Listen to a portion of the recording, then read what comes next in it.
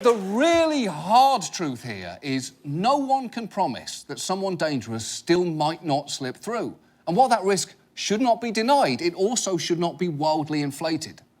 Let me ask this. If you bought a 5-pound bag of peanuts and you knew that in the 5-pound bag of peanuts there were about 10 peanuts that were deadly poisonous, would you feed them to your kids? The answer is no.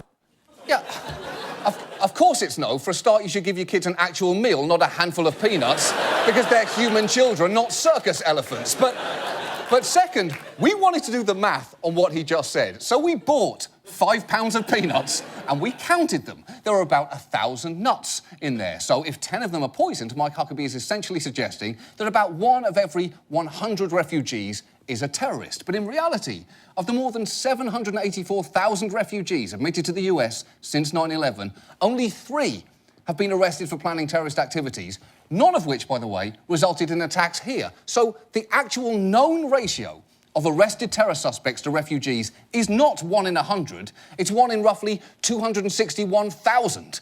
Peanuts themselves have killed far more people in the last decade than terrorist refugees. I'll go one step further. Men named Mike have killed more people than terrorist refugees, and I don't see us rounding all of them up. And that's kind of the point.